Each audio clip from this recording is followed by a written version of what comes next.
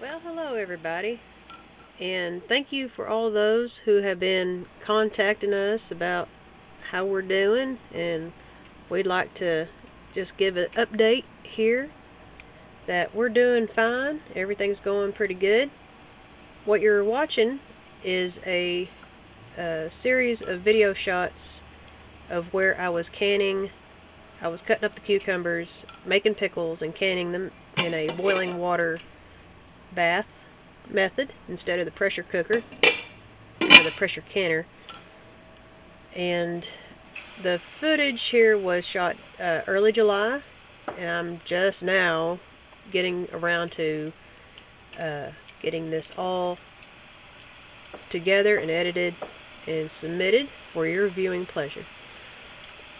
We had the fence project, and that one kind of took precedent over this one, so it kind of got pushed over to the back burner, no pun intended. But just want to give everyone an update and let you know that there have been lots of things going on over here at the farm. We've got a freezer full of pork.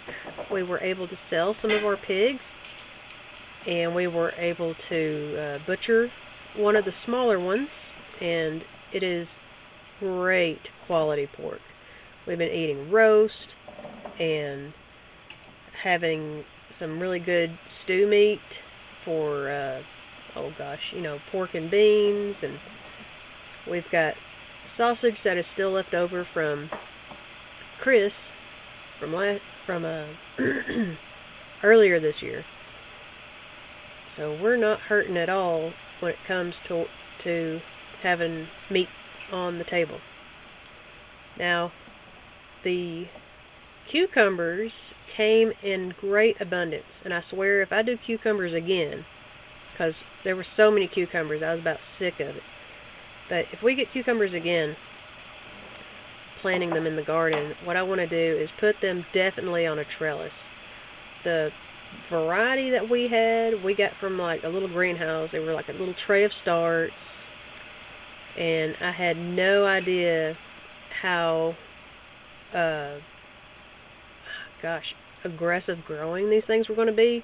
I could have shaded a picnic table with all these cucumber vines that grew, and the cucumber vines kind of hindered efforts to weed the garden, because there'd be this delicate vine over here, and oh, there's some cucumbers growing in the squash, oh, there's cucumbers growing in the tomatoes. They took over. They loved whatever we had there in the garden, which is great.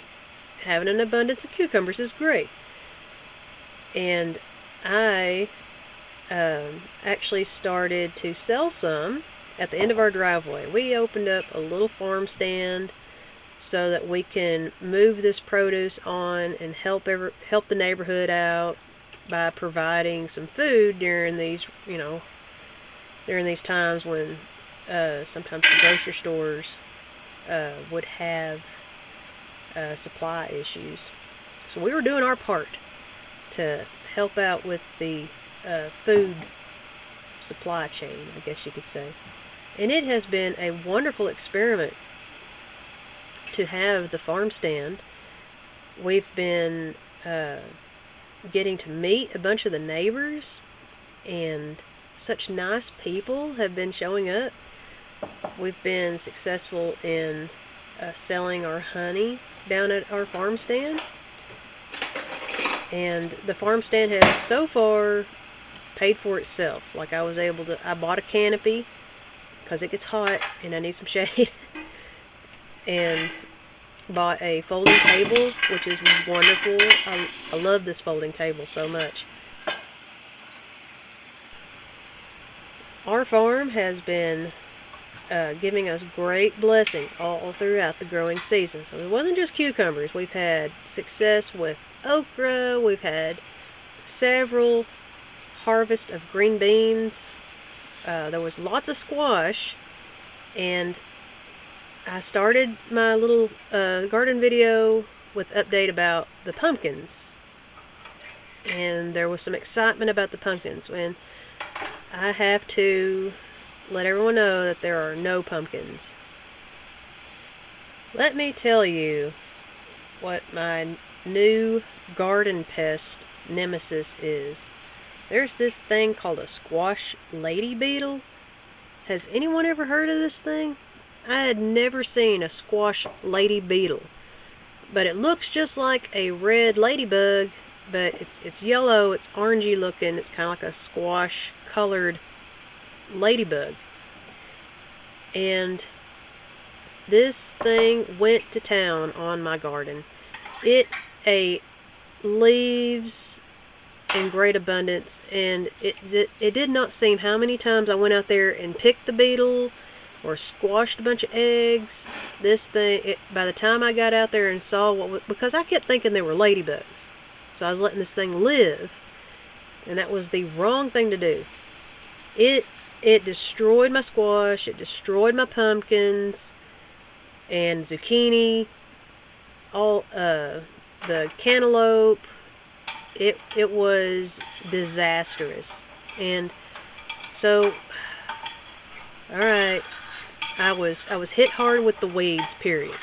I was like, oh man, these weeds, they're and I was trying to psych myself up. I could pull these. I can get this. And as soon as it cools down, or as soon as I get some time, if I could get my kids to come out here and help me, I was trying.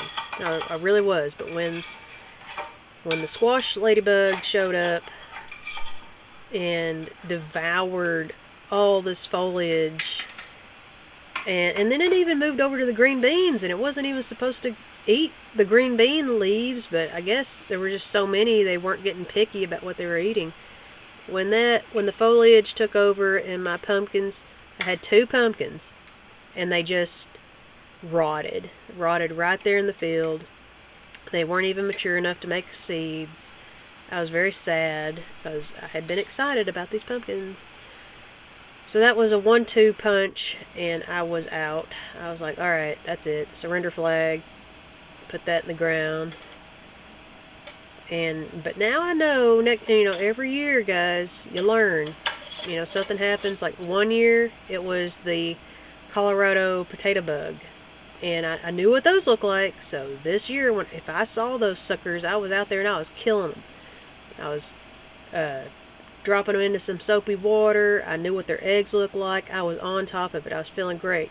These ladybug things, these squash ladybugs, I have a vendetta. Next year it is on. If I see those things, there will be no mercy. So let me think here. What other kind of things? We did manage to get 1 cantaloupe. We had the 2 pumpkins get started, and just as they were maturing, they got attacked. But we had several cantaloupes started, but only 1 made it to fruition. But we had the green beans. We had great harvest of potatoes. I'm still digging up potatoes, y'all. We had the more than 40 tomato plants, and those did great. A lot of those got sold at the little farm stand, and a whole bunch of them, like when they were like in really good condition, I'd take them down to the farm stand, and whatever wasn't selling I'd take to the kitchen, and I would boil it up into like a brick. Like I'd render it down and then freeze it in a block, and that was like my tomato sauce almost paste. Like I'd get it really dehydrated and save that for later for like spaghetti sauce or chili. And I've got several bricks of tomato in the freezer. Also, there were peppers. Now, there were 3 different kinds of peppers that we grew in the garden. We had banana, we had a golden bell, and a green bell. And we had this really bad drought mid-season. But when the drought was over and we started getting rain again, we started getting peppers. During the drought, pepper production was down. But as soon as the rain kicked in there, everything went back online.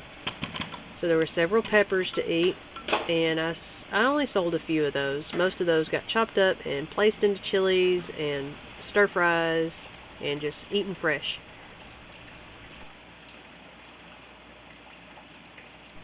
So, in summary, what have I learned from this past growing season? Well, I have come to realization that I need to be giving myself a lot more grace and be humble and admit that 2,500 square feet is a lot of garden for one person to have to manage and take care of. I need to study and work on how I can manage weeds better. You know, working on it in the beginning before they grow and put down their seed and make it worse on me. I need to educate myself on garden pest and how to, the life cycle and how I can disrupt that.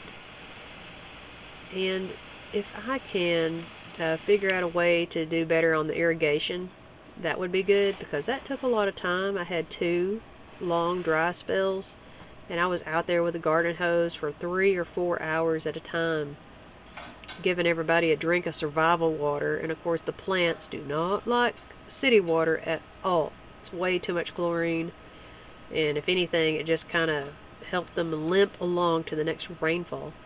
So if I could work on that, that'd be great.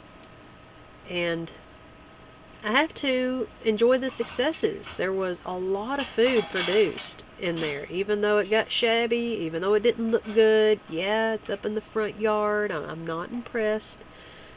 I was, there were shameful times like, oh man, everyone's seeing my weeds in my front yard, and it's good to have that pressure, like the public pressure, like, oh man, what will people driving by think of my garden? So that helps drive me. I'm not complaining about that at all. But everybody, if y'all could be my accountability partners and just pray for me that here's to next year, 2022 garden season. Thanks, guys.